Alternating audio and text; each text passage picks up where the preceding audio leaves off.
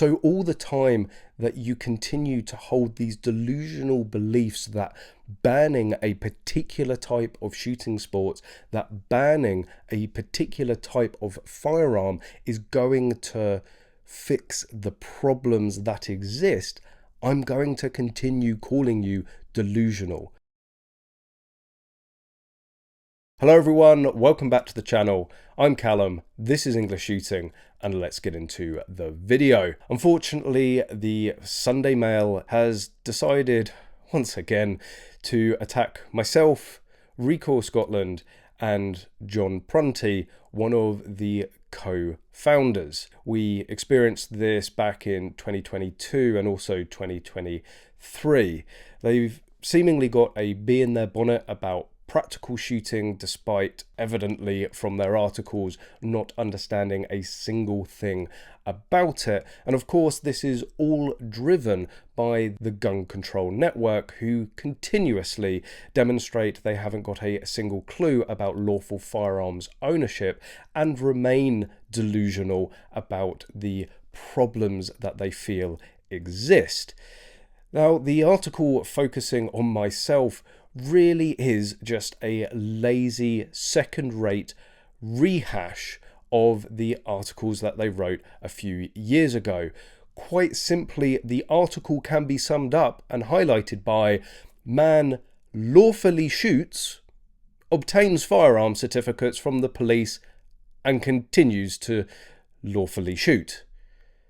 That's it. That is the news. So they've obviously been having a very slow news week up in Scotland and at the Daily Record, with the standard of journalists obviously employed there. They don't have the ability to actually go and find a real story and produce real news. I don't even know who this woman is. I have no idea. Where I draw the line here is going after somebody like John Prunty.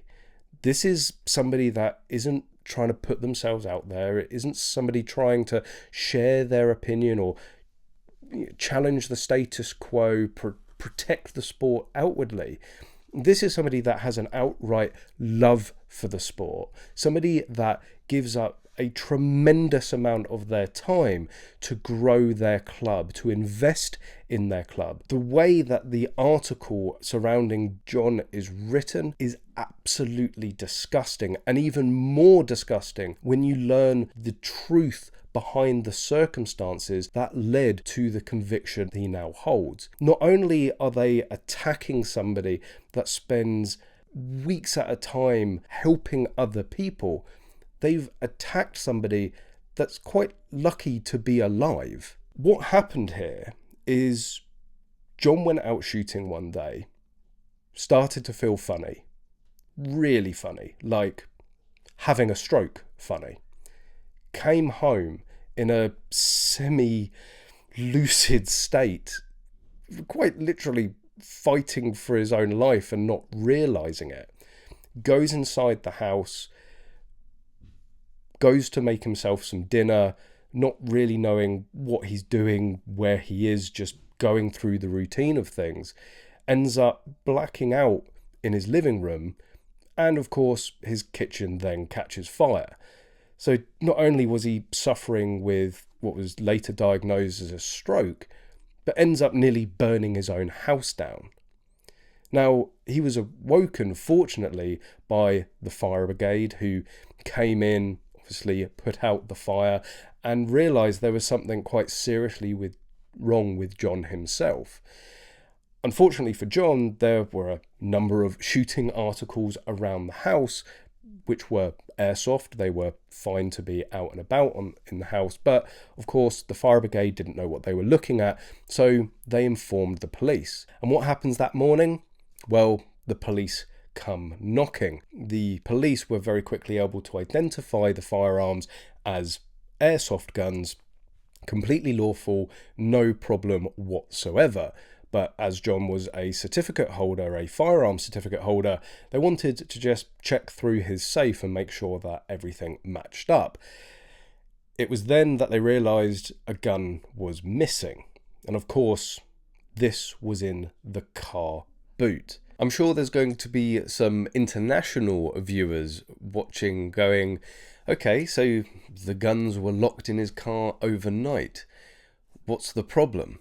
Well, in the UK, failure to securely store your firearms is a criminal offence. You would think with the circumstances surrounding it that you'd have a very good chance in fighting against it, given the fact that he was significantly impaired through no fault of his own.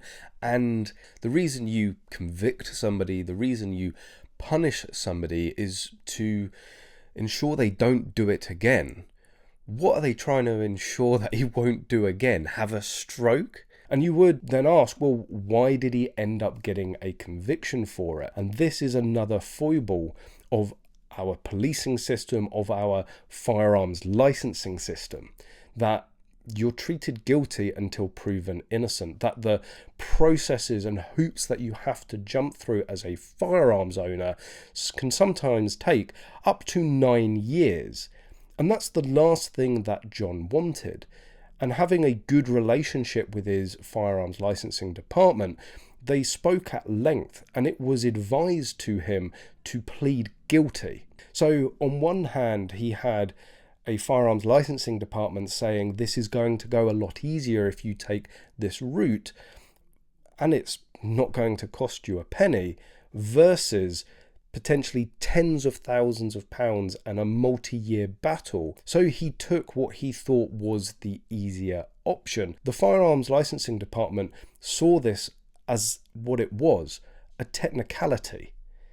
The circumstances were pretty extreme, and I don't think there's anybody out there that can blame John for not putting those guns in the safe, and certainly the firearms licensing department don't. Trying to twist John having a stroke and failing to move his guns from a locked, secure boot to his safe is in some way a violation of basic gun safety is absolutely absurd. It's absolutely revolting, and these journalists should be ashamed of themselves. This whole narrative that they are using some loophole to allow people without certificates to be able to shoot. No, that's just the law. The article even includes the same major contradictions that the previous articles did. This whole diatribe of loopholes and bypassing the law, and the police don't know what's going on. Yet within the same article, they say how all of the guns used are held under shotgun and firearm certificates, which are issued by the police. Even if the police didn't know what was going on at Recoil, even if they weren't heavily involved in the club, the guns are held under police-issued firearm and shotgun certificates. The owners have been highly vetted and will have contact with the police. The way that they have constructed this article, with the imagery that they've used, the language that they've used, the twisting of the truth and the facts around it, was premeditated. The narrative was already decided, and they didn't have any intention of making this balanced and true journalism. The fact that I was contacted at near 11 o'clock at night on a Friday of a bank holiday, and given the deadline of 2 p.m. the next day on Saturday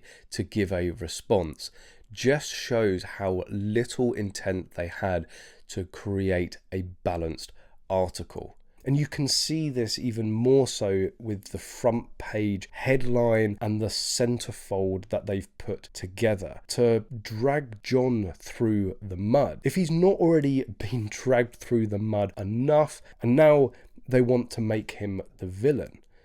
And not a thought is given to what damage this is going to have later in life for him.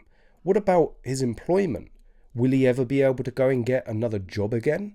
And having Gill Marshall-Andrews of the Gun Control Network make any sort of meaningful comment is just laughable. even within her own statement, she can't exactly get her mind straight of what she's talking about. This article is about practical shooting. It's about practical shotgun and recoil. When she starts talking about airsoft guns, that they need to be properly regulated. Well, sorry, stay on topic, Jill. It's really not that difficult. Have we learnt nothing from the handgun ban? The dramatic increase in crime that we saw as a result of that ban. Quite literally every single time we ban a particular type of firearm, gun crime increases. So all the time that you continue to hold these delusional beliefs that banning a particular type of shooting sports, that banning a particular type of firearm is going to fix the problems that exist, I'm going to continue calling you delusional. We all know the only reason they get away with this is because it involves guns, because they can hide behind Dunblane and the families of Dunblane and sit there and go, we were victims, we can say what we want. Well, no, sorry, you can't. The damage that has potentially now been done to John's life, the issues he may have in employment going forward, the issues he may have going outside of his house in his local community, if recognised. Not a single thought has been given to that. These people shouldn't be entrusted to write a birthday card, never mind have the ability to write articles that can be read by thousands and destroy people's lives. They need to be held accountable. The paper needs to be held accountable. I will be making a complaint, and I implore you to give up a little bit of your time and make a complaint to the IPSO on behalf of John, on behalf of Recoil Scotland, on behalf of the next shooter that will have their lives dragged through the mud for no reason whatsoever. It doesn't take particularly long, and all of the details are on the website. I will make sure that that is linked below.